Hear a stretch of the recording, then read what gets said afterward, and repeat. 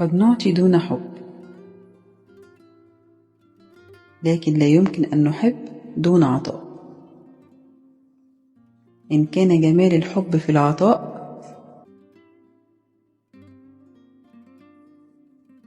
فإن عظمته في تجاوز الأخطاء. العطاء دون طلب يكون أعظم، والحب دون شك يكون أروع، والصداقة دون مصالح تكون أصدق.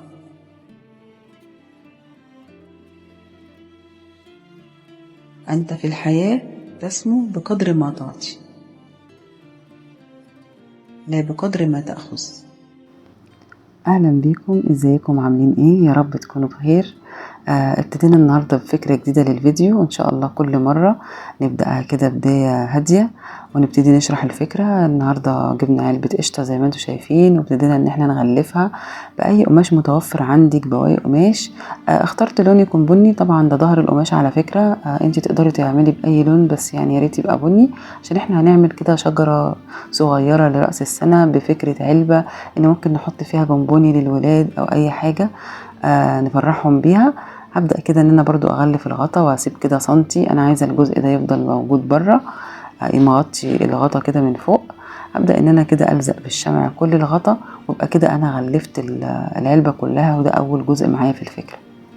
هجيب بقى كده فوم اخضر جليتر، هستخدم فيه اللي هو عامل جسم الشجرة منه. هنقص الباترون ده كده نص، وبعدين هبدأ ان انا اتنيه نصين. الاول هحدده طبعا كده من ناحية واحدة، وبعد كده هبتدي ان انا اتني الجزء ده نصين كده عشان اقص الفكرة كلها زي بعض، الشجرة كلها.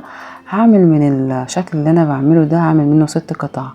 هعمل 3 من الاخضر ده الجليتر، وهجيب فوم سادة اخضر فاتح، هعمل منه 3 تاني. ولو حابة تعملي بكله اخضر جليتر كده برضو ليكي حرية الاختيار. ادي 3، وقصيت برضو 3 تاني من نفس الفكرة. ابدأ بقى كده ان انا اقسمه نصين، وابتدي الزق الاجزاء مع بعضها واحدة واحدة. ابدأ جزء اخضر جليتر، والجزء التاني الاخضر السادة الفاتح، اخلصهم بقى كلهم كده. ويا رب بقى لو انتوا اول مرة تشوفوا القناة بتاعتي والافكار بتاعتي تشتركوا في القناة وتفعلوا زر الجرس عشان يوصلكوا كل جديد، ولايك وشير للفيديو عشان يوصل لاكبر عدد من الناس.